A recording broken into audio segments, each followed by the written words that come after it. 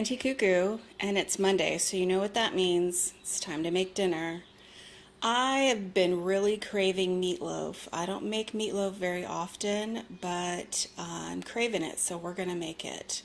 What I have here is a pound and a half of ground beef from Costco. I love their meat, it's very good quality. And I separate my meat right away into Ziploc bags. So I have that ready to go. Salt, pepper, and garlic powder. Sometimes I use it, sometimes I don't. I did pick up these little jars of the paste picante sauce at 99 cents only store. I have it in hot and medium. Since this is for the whole family, I'll probably use the medium. I have some breadcrumbs. I tend to pick mine up at Trader Joe's. I really like them, and it's a small package. I don't like to keep them on hand for too long. They go stale. And look at this, guys. We have an organic egg. Our neighbors inherited 5 chickens, and they're kind enough to share them with us. So we got a bunch of their eggs. Their chickens lay 1 egg a day. They have 5 chickens. So we're going to go ahead and use this in our meatloaf. And I just have a 1/2 cup measuring cup right here, a bowl to do my mixing in, and a little 8x8 square Pyrex to put it in the oven in. So what I'm going to do now is go ahead and empty my beef into this bowl, and I'm going to beat my egg up in a small separate bowl, and then we'll start combining. Alright guys, we're back. I've got my meat into my big mixing bowl. Actually, this is one of my smallest. I did go ahead and put in 1 teaspoon of pepper and 1 teaspoon of salt. Just dump them in, nothing fancy. I'm going to do the same thing here with my garlic powder.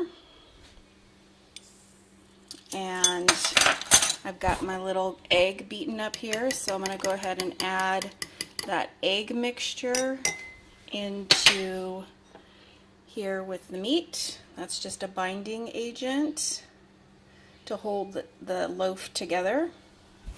That organic egg is so yellow. Wow.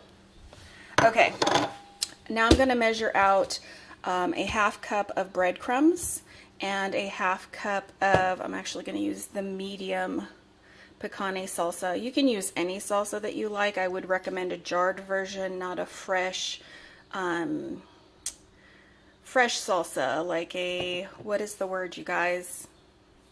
Hand it to me through the screen. Oh, I've lost it. So anyways, I would use a jarred version, and I'm going to go ahead and measure those out in here, and then maybe I'll see if I can get an assistant to record while I mix it. Alright, so I'm just going to go ahead and dump in my 1/2 cup of breadcrumbs, and that way I can use the same measuring cup for my salsa. If you do your dry ingredients first, then it won't get goopy, and you can use the same measuring cup and have less dishes. It's called pico de gallo! That's what I was meaning when I was saying I wouldn't use a pico de gallo. I would use more of a canned or jarred salsa. Man, it was just bugging me. I had to look it up. So we've got all of our ingredients in here. Now I'm feeling like living dangerously. There's probably a 1/4 cup left in here because that 1/2 cup took up almost the entire jar. So I'm going to just live dangerously so I don't have this sitting around in my fridge, and add the rest. So we'll see how that turns out together. Sorry for the bouncing there. And now I'm going to go see if I can get a miniature assistant.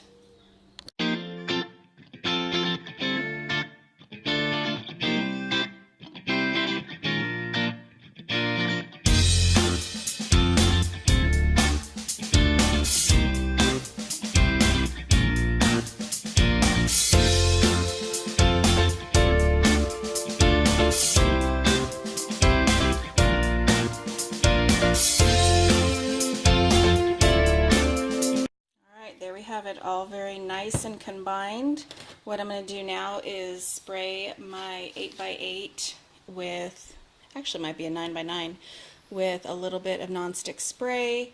I do know people that line it with foil, so that makes cleanup a little bit easier. But I'm going to go ahead and do that, and then we'll start molding our loaf in here just like we would like a cookie bar. You got to push down on it and get it into the right shape. All right, I think I can do this one-handed, so we'll see how this goes. I'm just going to go ahead. I just plopped it in here, and as you can see, it's pretty easy to do. I like to push it down a little bit along the sides. This is 15% ground beef from Costco. And so it's not super high fat like the 20, it's not super lean like say a 7%, but if there's any fat collection, I don't want it to spill over the side. So I just make like a little tunnel here along the edge where if it's going to have a little bit of extra liquid, it will collect. And just try and get it as, you know, flat in the middle as you can. And even, obviously. And then now if you wanted to, you could go ahead and salt and pepper. I'm going to get my oven turned on and we'll pop it into a, probably because of our schedule tonight, I'll go 400 degrees. You could do 375 and do a little bit longer. But honestly, I don't remember if it's 45 minutes or so that it takes, so we'll be back with the amount of time. Alright, we've got that meatloaf in the oven. I'm going to use this time to prep my sides. We're just doing a boxed mashed potato from Costco, and then I got some fresh green beans from the 99 cents only, and I went ahead and prepared those. So now we'll just wait on our yummy meatloaf to come out of the oven. So I did do 50 minutes, 50. So as you can see, it's pretty well cooked. I do like my meat well done. So yeah, you can see how making that little well around the sides worked out, collects all the juice. And I'm going to go ahead and get this plated.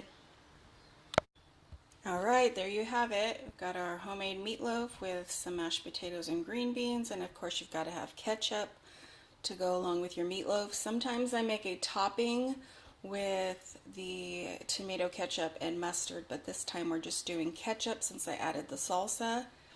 So I hope you guys enjoyed this Make Dinner With Me meatloaf edition on Monday, and it's dinner time.